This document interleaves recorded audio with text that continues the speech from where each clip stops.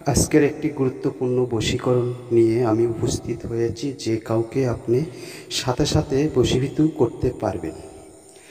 মন্ত্র আপা হাসিবতু আন্নামা খালাকনাকুম আবাসাও। এই মন্ত্রটি কখন কোন সময় পাঠ করতে হবে? চক্ষু বন্ধ করে মন্ত্রটি আপনি পড়বেন। যাকে বশ করবেন তার ছবি চেহারা স্মরণ রেখে কাজটি করুন। দেখবেন 3 দিনের মধ্যে যে কেউ আপনার জন্য অস্থির হবে। অন্যায়ভাবে কখনো কাজটি করবেন না। বিপরীত ক্ষতি হলে চ্যালেঞ্জ দায়ী থাকবে না। কার্যকারী এই পাওয়ারফুল বশীভূত মন্ত্রটি নিয়ে আমি উপস্থিত হয়েছি। আশা করি অনেক উপকার পাবেন।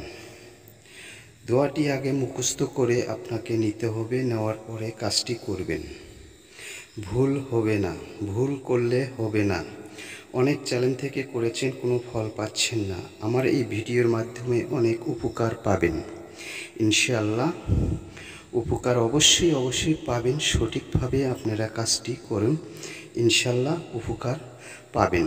এই ধরনের সহজ ভিডিওগুলো পেতে হলে সাথে থাকবেন, ইনশাআল্লাহ উপকার পাবেন। আমার সবসময় ছোট ভিডিও হয়ে থাকে, বেশি পেশাল পছন্দ করি না।